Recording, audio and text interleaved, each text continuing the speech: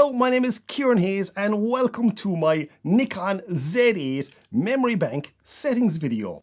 So today I'm going to talk you through how I personally set up these different memory banks and how you can customize them to suit you perfectly. As remember, we all shoot differently, so what suits me may not suit you. But after watching this video, you should be on the right path to getting it just right for you and your photography. So come on, let's get into it and I'll talk you through it all.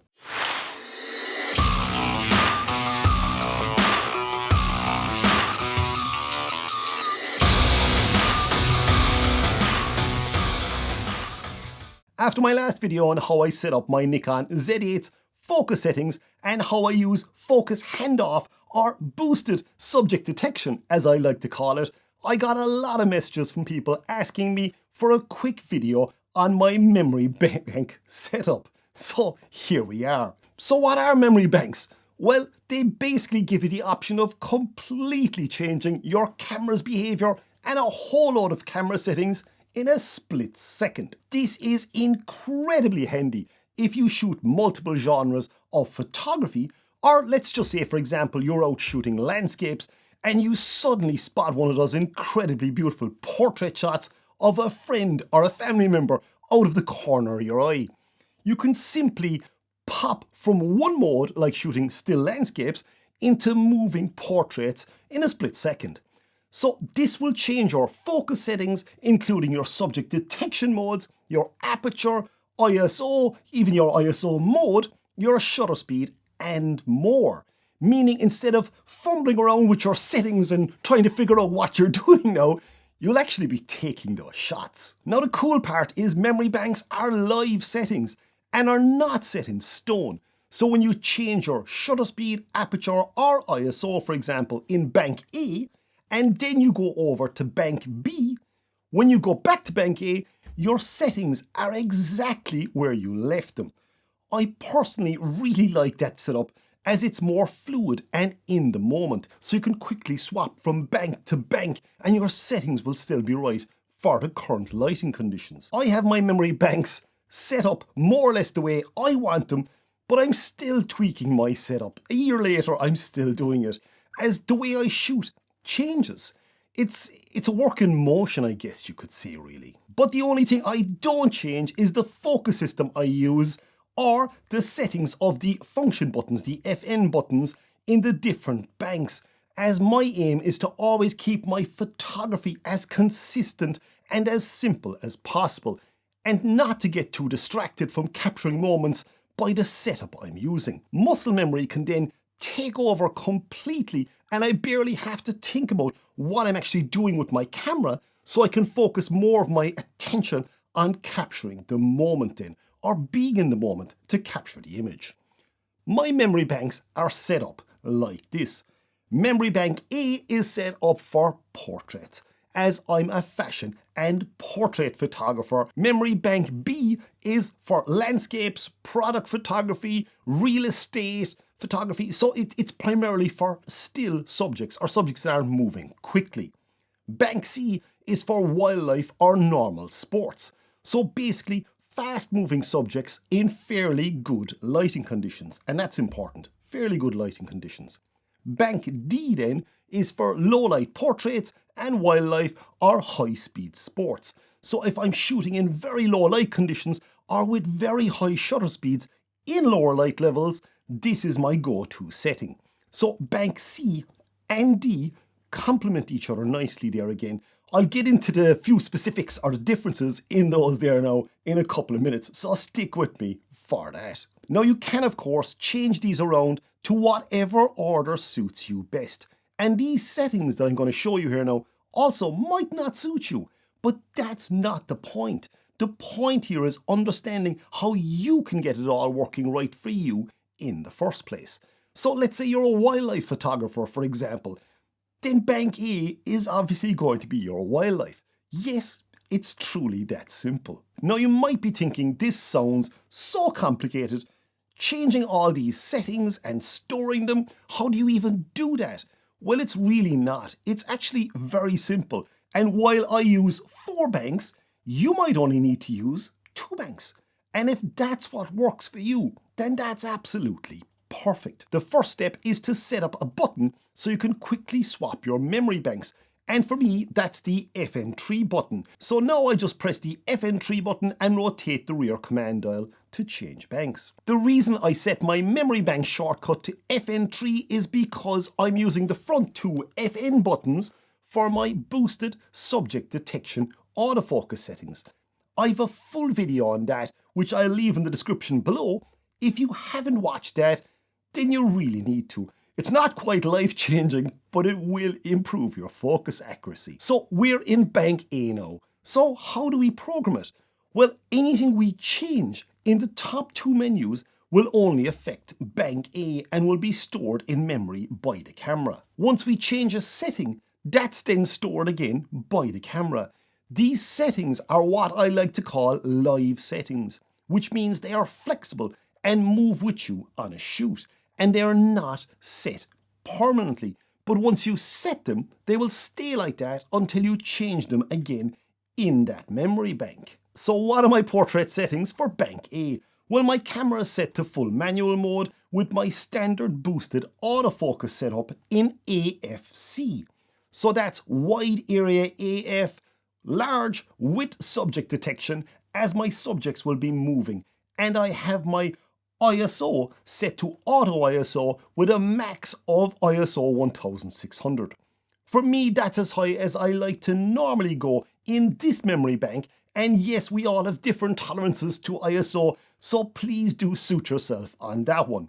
My little cheat here is I usually shoot in manual ISO, but then flick over to auto ISO if I think I need it. The point here is I now know my ISO will never go above ISO 1600. I also have my secondary card slot set to backup, so I always have a backup of my images just in case a card fails. I have image stabilization on and set to sports, as that just works really well for me. My aperture as default is set to f2.8 and shutter speed at 1/250th of a second. Your aperture and shutter speed all depend on the light available, of course, and change from shoot to shoot. Now I also have items like focus point orientation switched on and AFC focus confirmation, so we get that nice green box with focus lock, as well as a few other settings which stay the same in all my memory banks. I have all those settings in my best Nikon Z8 settings video, which I'll leave in the description below, with a link to the focus video too as well, of course. Now, a point to note here is I have changed the functions of the FN1, FN2 and FN3 buttons since I posted that 15 settings video. The correct settings for those buttons are on my focus video, so sorry about that. But yes, as I mentioned earlier, the way I shoot with the Z8 keeps evolving. Okay, so everything is set as we want in bank A. So let's copy the settings here now, and this is also where you can change the name of the banks too as well, by the way. Now let's copy those settings to bank B, C and D then, and we can then tweak those settings in each bank next. Can I please ask you to like this video and leave a comment below, as that really does help get this content out to more people like you then. So thank you for doing that. So bank B is landscapes or still subjects. Again, my camera is set in manual mode, this time with spot focus and AFS, as we don't have moving subjects in our frame usually. I have stabilization switched off, as I'm generally shooting on a tripod, and having it switched on while shooting long exposures is a big no-no, as it will blur your images slightly due to the internal gyro or optics moving while checking for image stability. My ISO is set to manual and at its base ISO of ISO 64 as default. My secondary card slot is again set for backup in this bank. My default shutter speed is set to 1/50th of a second, and of course my aperture is set to all landscape photographers' default aperture of f11. Yes, how cliche, I know. Bank C is wildlife, and again set to manual mode with wide area AF large and again my boosted subject detection autofocus setup with auto ISO with a max of ISO 1600. Again, that's a very personal setting, so choose what suits you best here. We won't get into that ISO debate here now, but do remember my next bank is for low light, which also includes wildlife, where my max ISO is set a lot higher than. I am also toggling on and off the image stabilization function, and again it's set to sports mode. I have my second card slot set to overflow here now, so I'm not limited by the speed of the SD card, as the camera will just be writing to the faster CF Express card now. Bank D then is sports or low light. Again, boosted subject detection in AFC using manual mode and auto ISO with a max of ISO 12800. I have image stabilization switched on and set to sports again. I have my second card function set to overflow here now too, so I'm again not writing the images to the SD card normally. I also have Starlight mode enabled here as default, with a shortcut to Starlight mode on my lens being the lens FN button, so I can easily switch it on and off if I don't need it. With memory banks, the most important part is to back them up to a memory card. Here you just go into the menu of your camera and this will create a backup on your card. The camera still has all the settings stored in its memory even if you take the card out. That's no problem at all. This is just a backup in case you ever need to reload your settings back onto the actual camera itself. I use SD cards for backups as they are super cheap, and I always have a backed up card in my camera bag at all times. To back up the SD card, just take out the CF Express card first, and then it will write the backup to the SD card. That way, if something doesn't work, or if for some reason my camera jams up on a job, or I can't select a function, I can reset it and then re-upload my settings so it only costs me a couple of minutes. Now, this, by the way, has never happened to me, but that's my worst nightmare in a shoot. It really and truly is. Oh, by the way, never ever take memory cards in and out of your camera while it's switched on. That, in my eyes, is a criminal offence. Memory cards are not hot swappable, and this could lead to corruption of the card or all the files on that card. Now, speaking of memory cards and good practice, it's very important to format your memory cards in your camera on a fairly regular basis. And you might well be thinking, ooh, if I format my memory card, it's going to wipe out the memory bank settings that I've saved to the card. And that's correct. So how do you do it? Well, it's really simple. What you need to do is make sure all the settings in your camera are exactly as you want them. So back in all your default settings. And what you can do then is, you simply format your SD card or your compact flash card, whichever one, and then when you're finished formatting it, you can just save the settings from the camera back to the card again.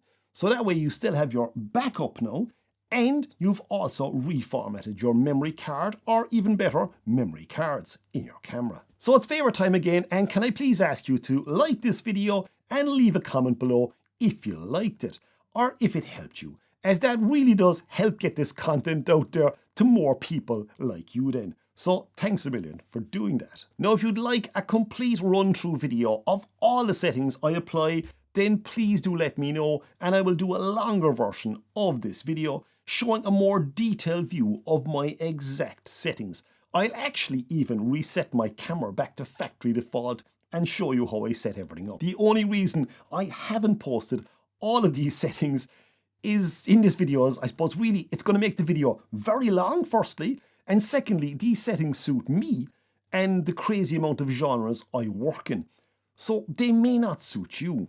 The real idea of this video was to help you understand or set up your Z8 memory banks to suit you, or maybe even give you a few ideas of what you can do. So if after all that you have any questions, which I'm sure you probably have, then please do feel free to ask them. And yeah, thanks for watching, ladies and gents, and see you out there, or see you in the next video, everyone.